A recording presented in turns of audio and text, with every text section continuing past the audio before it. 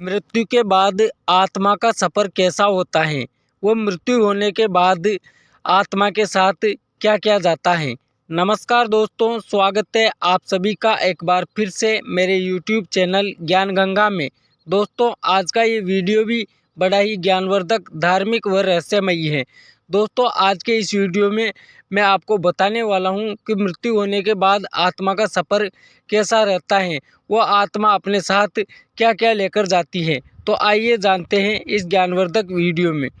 आपने अक्सर लोगों को कहते सुना होगा कि मृत्यु के बाद व्यक्ति के साथ कुछ नहीं जाता, जो भी उस व्यक्ति से जुड़ी भौतिक सुख की चीज़ें हैं वह सब यही रह जाती हैं। अगर पुराण, वेद और बाकी धर्म ग्रंथ को देखा जाए तो उनमें स्पष्ट बताया गया है कि व्यक्ति की मृत्यु के बाद भी कुछ चीज़ें उसके साथ अगले जन्म तक जाती हैं। कुछ चीज़ें ऐसी हैं जिनका भुगतान व्यक्ति को अगले जन्म में भी करना पड़ता है। तो आइए जानते हैं कौन सी है ऐसी चीज़ें।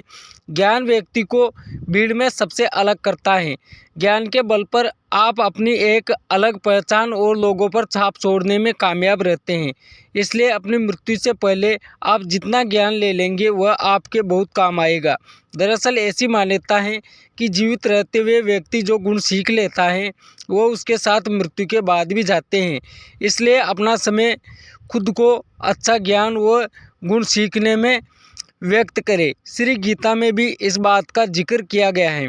धार्मिक ग्रंथों में बताया गया है कि कर्ज कभी भी व्यक्ति का पीछा नहीं छोड़ता है। अगर किसी व्यक्ति ने आपका भला किया है तो उसका ये ऋण जैसे ही मौका मिले उतार देना चाहिए।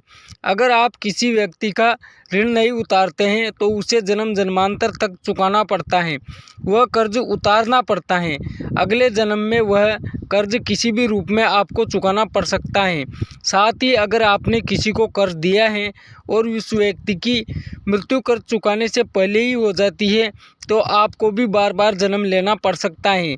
इसलिए ऐसे व्यक्ति को उसकी मृत्यु के साथ ही माफ़ कर देना चाहिए, आपके लिए उचित होगा।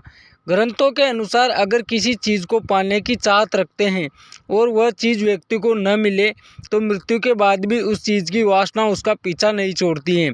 सांसारिक सुखों की चाहत रखना ही वासना है। वासना को लेकर विष्णु पुराण में एक कथा भी मौजूद है। राजा भरत को अपने हिरण के बच्चे से बहुत प्यार था। उसी के बारे में सोचते हुए उसने प्राण त्याग दिए। अगले जन्म में राजा को खुद हिरण रूप में जन्म लेना पड़ा। इसलिए कामना और वासना को अपने मन में हावी नहीं होने देना चाहिए। साथ ही किसी भी चीज़ को लेकर अधिक मोह माया नहीं होनी चाहिए। गीता में श्री कृष्ण ने कहा है कि मनुष्य जीवन बिना कर्म के संभव नहीं है। हर पल मनुष्य अच्छे या बुरे कर्म करता रहता है। मृत्यु समीप आने पर व्यक्ति के कर्मों द्वारा ही तय होता है कि उसे परलोक में सुख मिलेगा या दुख।